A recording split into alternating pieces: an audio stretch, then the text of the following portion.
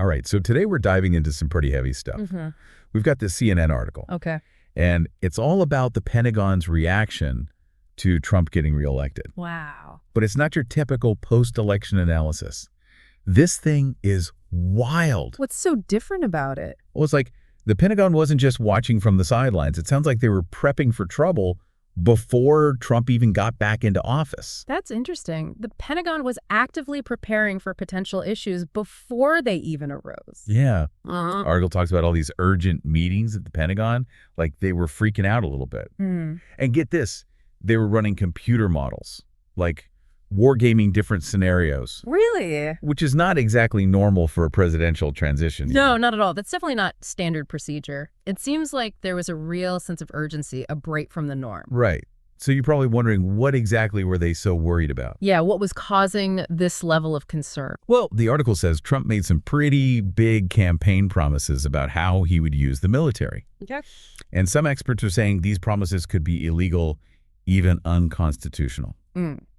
So the question is, what were those promises? And what legal and constitutional lines might they have crossed? What does this tell us about Trump's view of the military's role? Yeah, the article doesn't give specifics on every promise, Okay. but it does mention one that sticks out: Yeah. ending the war in Ukraine. Right. And, well, we all know that didn't happen. No, it didn't. And that broken promise, if it was made directly and with no strings attached, could be seen as a problem. Like he was maybe using the military as a bargaining chip. Yeah, exactly. And it makes you think, does Trump really understand how serious military commitments are? I see. Yeah. Plus, we can't ignore the history here. The article points out that hundreds of former military leaders, people like General Mark Milley, were warning about Trump even before this election. Right. They were calling him dangerous, a threat to democracy. Those warnings carry a lot of weight. You have experienced military leaders, people who dedicated their lives to upholding the Constitution, and they're saying the president is a risk to those very institutions. It's pretty disturbing. Yeah. I mean, the article even quotes someone calling Trump a fascist to the core.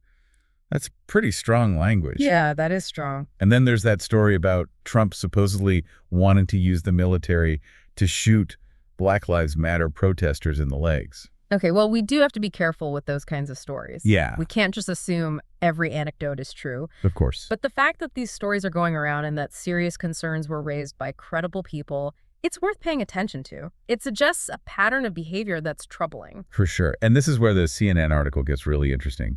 It seems to confirm that some of those fears were shared within the Pentagon. Let's break down those concerns outlined in the CNN report. Okay. So according to the report, they were really worried that Trump would try to use the military for things like breaking up protests or even mass deportations. Wow, that would be a huge shift. Yeah. The Posse Comitatus Act has been around for over a century, and it basically says you can't use the military for domestic law enforcement. It's meant to stop the government from using soldiers to control their own citizens. Right. It's like a safeguard against becoming a military state.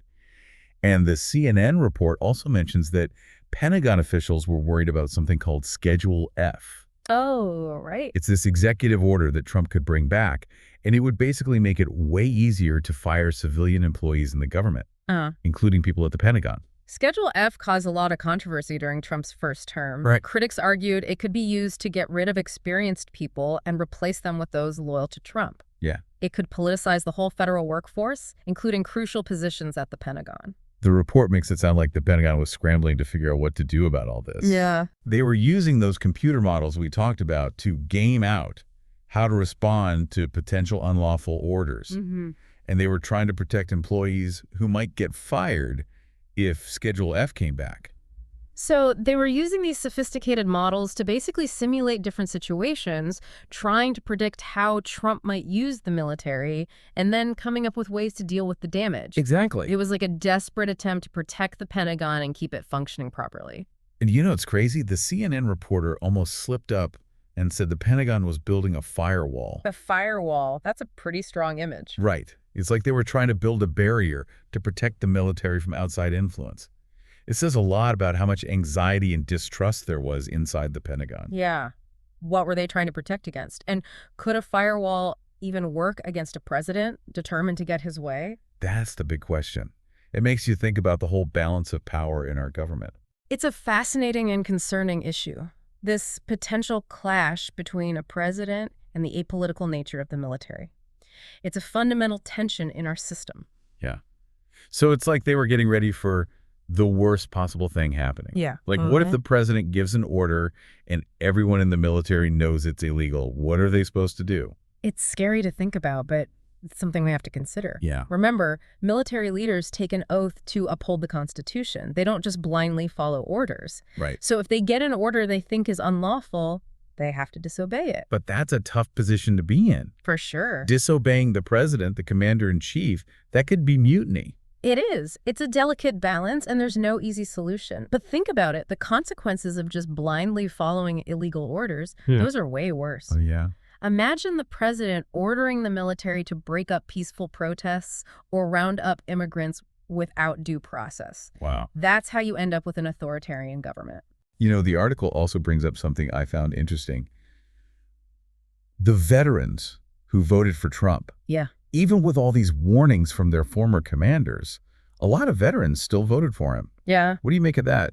That's a complicated issue, and it shows just how divided our society is. Yeah. It's important to remember that veterans are like any other group of citizens. They have their own political beliefs. Right. But it does raise questions about how these divisions within the military might affect things like morale and unity. Yeah. It's like the military is a reflection of society as a whole.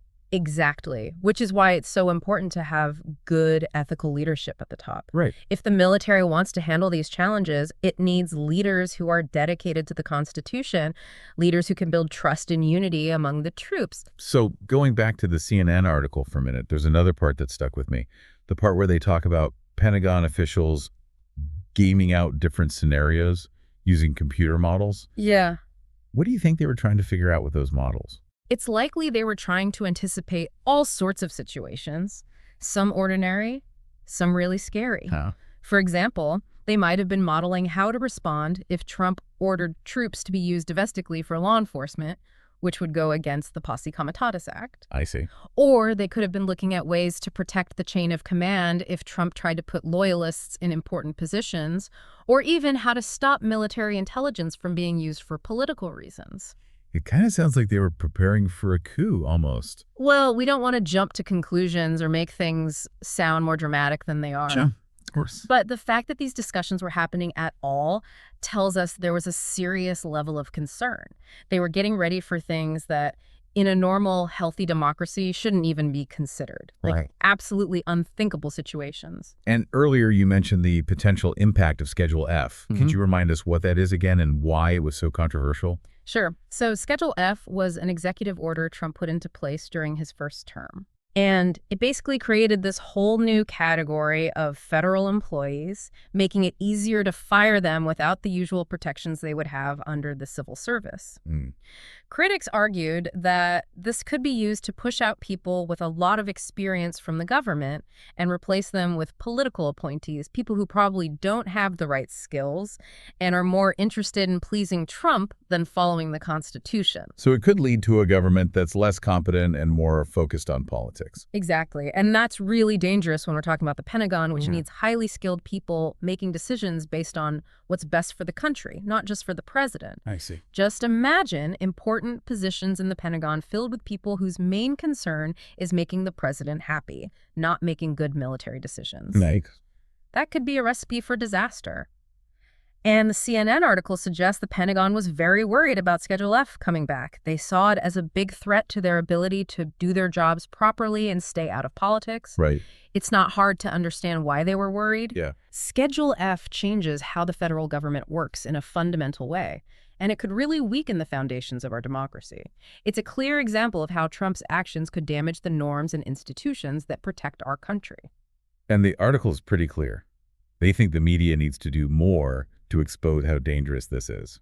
Absolutely. The media's job is to hold those in power accountable. It's crucial for a healthy democracy. Yeah. If the press is afraid to question what's happening or call out potential abuses of power, it creates a space where misinformation and manipulation can flourish. Right. We need a strong, independent media that's willing to ask tough questions and hold leaders responsible no matter what their political views are. Agreed. Wow. So we've covered a lot. A president may be pushing his power too far, a Pentagon getting ready for the worst, and a military dealing with its own divisions. It's a lot to process. Yeah, it really is. It's like we're looking at a possible constitutional crisis where the whole relationship between the military and the government gets tested, and it just highlights how fragile our democracy is and how important it is to protect it.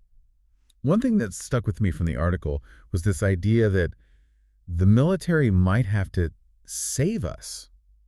Like, if the other parts of the government fail, the military is all we have left. It's a sobering thought, for sure. Right. And it raises big questions about how power is balanced in a democracy. Right. When people lose faith in the government, they might start looking to the military for answers. But that's a dangerous road to go down. But isn't that kind of dangerous in itself? I mean, the military is supposed to follow orders, not make Sure. decisions about politics. Exactly. That's why it's so crucial to have civilian control over the military. It's a core principle of our democracy.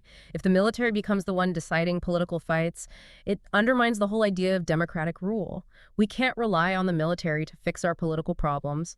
This whole situation really makes you think about how important it is for people to be involved in their government and be informed citizens. We can't just assume everything will be okay. We all have a part to play in protecting our democracy. Absolutely. We need to know what's going on, talk to each other about it, and hold our leaders accountable. We can't just take our democracy for granted. It needs our attention and protection all the time. Well, this has been a pretty intense deep dive. Before we finish up, I want to hear from you, our listeners. What do you think about the challenges facing the military? Have you thought about what it means if a president uses the military for things happening inside the country? This is a conversation we need to be having as citizens. A healthy democracy depends on people being informed and involved. We really want to hear your thoughts. Share your comments on this episode. Tell us what stood out to you, what questions you have, and what perspectives you think we should consider. We believe that hearing different points of view helps us understand these complex issues better. Thanks for joining us on this deep dive. Remember, knowledge is power. Understanding these complicated issues is super important in a democracy. And it's through talking to each other and thinking critically that we can deal with the challenges ahead. Don't forget to like and subscribe to our channel for more deep dives into the things that matter. We appreciate your support. And a big thanks to our sponsor for this episode, The Independent Daily. Amy and I are really honored to be part of the Independent Daily team, and we're excited to help this media startup grow. It's great to be involved in something that's dedicated to independent journalism. Make sure to follow them on all social media and be a part of their journey. Until next time, stay curious, stay informed, and stay involved.